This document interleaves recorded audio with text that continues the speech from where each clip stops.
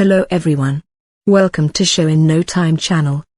Today, the movie I am going to describe movie for you. The title of the movie is Shang-Chi and the Legend of Ten Ring. So let's get it started.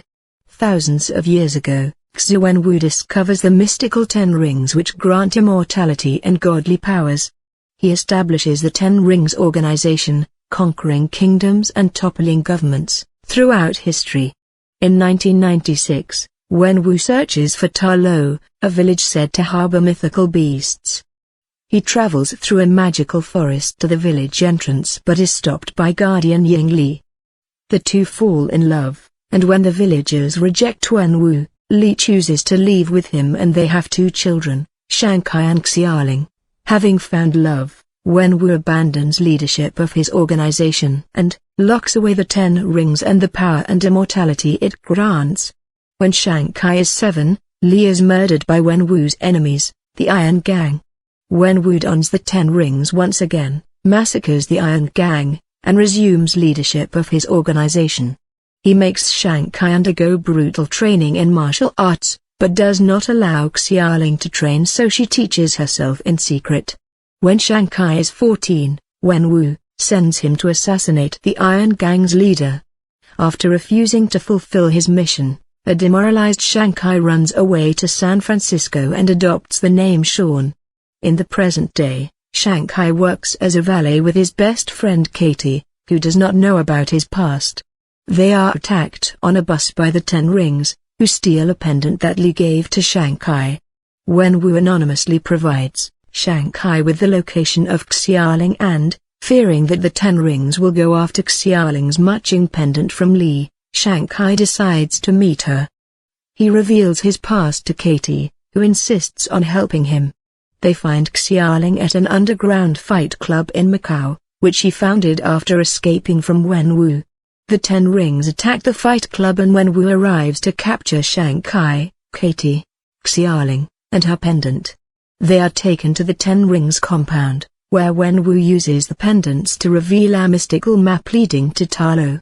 Wenwu explains that he has heard Li calling to him and believes she has been held captive in Ta Lo behind a sealed gate. He plans to destroy the village unless they release her. When his children and Katie object, he imprisons them. The three meet former actor Travis Slattery, whom the Ten Rings imprisoned for impersonating Wenwu, N1, and his Hundun companion Morris, who offers to guide them to Ta Lo. The group escapes and goes to Ta Lo, which exists in a separate dimension with various Chinese mythological creatures. They meet Ying Nan, Li's sister, who explains the history of Ta Lo. Thousands of years ago, the village was attacked by their soul-consuming dweller in darkness and its minions, but was saved by a Chinese dragon called the Great Protector who helped seal the Dark Gate to the dweller's world. According to Nan, the dweller in darkness has been influencing Wenwu to believe Li is still alive so that he will open the gate. Shang-Chi, Xialing, and Katie join the villagers in training and preparing for Wenwu's arrival, using outfits and weapons crafted from dragon scales. Wenwu and the Ten Rings arrive and attack. Wenwu overpowers Shang-Chi and forces him into the nearby lake, then attacks the gate with the rings. This allows some of the dwellers' minions to escape, and the Ten Rings join forces with the villagers to fight them.